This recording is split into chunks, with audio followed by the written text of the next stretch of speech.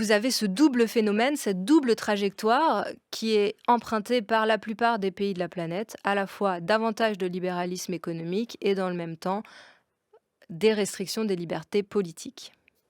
Les mots de la République. Le contexte politique l'exige, il nous faut mieux comprendre ces termes qui aujourd'hui animent le débat public et c'est pourquoi nous sommes avec les meilleurs experts universitaires pour tenter de définir ces termes. Bonjour Eugénie Mériot. Bonjour. Vous êtes maîtresse de conférences en droit public à l'université Paris 1 Panthéon-Sorbonne. On vous doit La dictature, une antithèse de la démocratie aux éditions du Cavalier Bleu. Aujourd'hui, le terme libéralisme autoritaire, que signifie-t-il? Eh bien, on peut considérer qu'il s'agit d'un oxymore. En effet, on associe généralement le libéralisme non pas à l'autorité mais à la liberté et on a coutume d'opposer autorité et liberté. Dans son sa généalogie, la démocratie s'oppose au libéralisme, la démocratie étant, le règne du suffrage universel, de la volonté populaire, alors que le libéralisme est justement ce qui permet de limiter les excès de cette volonté populaire, de ce suffrage universel et de protéger par le droit les minorités. C'est le grand match Rousseau contre Locke. Et ce terme de libéralisme autoritaire intervient justement pour rappeler la possibilité d'une alliance très forte entre le libéralisme d'une part et un régime autoritaire d'autre part. On le trouve notamment développé chez Hermann Heller, qui est un socialiste du 19e siècle allemand, et puis surtout chez Carl Schmitt, un nazi du 20e siècle, un auteur très très prolifique dont la pensée est très féconde. Ce libéralisme autoritaire vise à utiliser un État autoritaire pour imposer un libéralisme non pas politique mais économique. Car évidemment, il y a aussi la polysémie du mot libéralisme, libéralisme économique, c'est-à-dire cette privatisation, cette dérégulation et ce règne du propriétaire et le libéralisme politique qu'on considère aujourd'hui associé aux libertés publiques de l'individu. Même si en réalité ces deux libéralismes historiquement sont liés, le libéralisme qui est celui de Locke est d'abord le libéralisme du ou le droit de l'individu propriétaire. C'est ce que nous dit Locke à la fin du XVIIe siècle et au début du XVIIIe siècle, c'est que le propriétaire doit pouvoir jouir de ses propriétés et il ne doit pas y avoir d'intrusion de l'État dans cette jouissance de sa propriété. Et la propriété inclut la propriété des esclaves et la propriété sur les terres. Donc nous avons dans cette généalogie du libéralisme, cette imbrication très forte entre libéralisme économique et libéralisme politique que l'on retrouve dans le libéralisme autoritaire du nazi Carl Schmitt. Et alors justement, ce libéralisme autoritaire, on le retrouve dans quel pays aujourd'hui? Qu'est-ce qui pourrait le mieux incarner cela? Énormément de pays ont ce système juridique dual qui, d'une part, restreint fortement les libertés publiques des individus, les libertés politiques, c'est-à-dire la liberté d'expression, la liberté de réunion, de manifestation, et d'autre part, instaure un régime de libéralisme économique très bien protégé par les tribunaux, avec un état de droit en ce qui concerne les investissements étrangers, la garantie des contrats.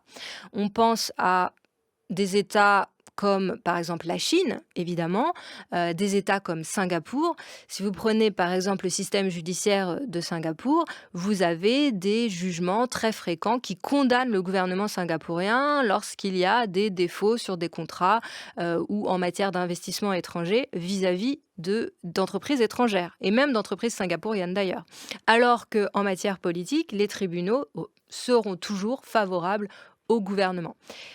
Le laboratoire historique, c'est le Chili de Pinochet également, où vous aviez dans la constitution qui avait été rédigée par par Pinochet, vous aviez cette restriction absolue des libertés publiques d'une part et d'autre part, un libéralisme économique, un programme économique de libéralisme inscrit dans la Constitution même avec, l'indépendance de la banque centrale, les politiques économiques, favoriser les investissements étrangers et cetera et cetera. Donc le libéralisme autoritaire, c'est un programme qui a été, mis en place dans, un certain nombre d'États d'Amérique latine dans les années 70 et puis qui est aujourd'hui favorisé, plébiscité par les régimes autoritaires, notamment en Asie. Et alors, c'est quelque chose de très important, ce libéralisme autoritaire, parce que pendant très longtemps, les auteurs libéraux, et là je pense plutôt aux libéraux économiques, quelqu'un comme Frédéric Hayek, considéraient que démocratie et capitalisme allaient de pair. Alors Friedrich Hayek était, a été l'un des grands inspirateurs justement de la constitution de Pinochet. Ce qui est une ironie féroce. Ironie non, plutôt, ce qui va complètement dans le sens de ce qu'écrivait Hayek, puisque pour lui, le totalitarisme, ce n'était pas l'absence de liberté politique, mais l'absence de liberté économique et ça, on a souvent tendance à l'oublier.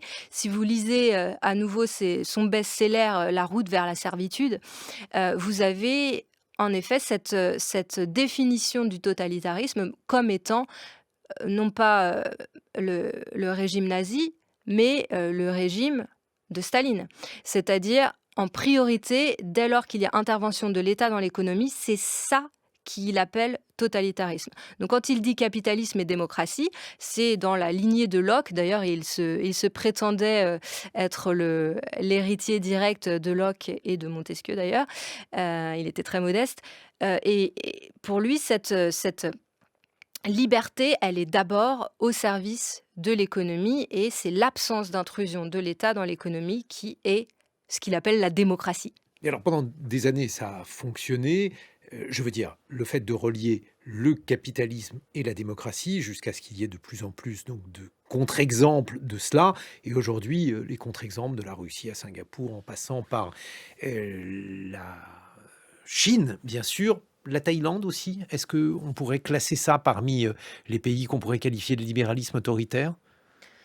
Je pense que dans une certaine mesure, la majorité des pays du monde ont cette caractéristique, puisqu'il y a une libéralisation généralisée et dans le même temps, on a un mouvement du monde vers davantage de restrictions des libertés politiques. Donc vous avez ce double phénomène, cette double trajectoire qui est empruntée par la plupart des pays de la planète, à la fois davantage de libéralisme économique et dans le même temps des restrictions des libertés politiques. Merci Eugénie Mériot. Je rappelle le titre de votre ouvrage, La dictature, une antithèse de la démocratie aux éditions du Cavalier Bleu.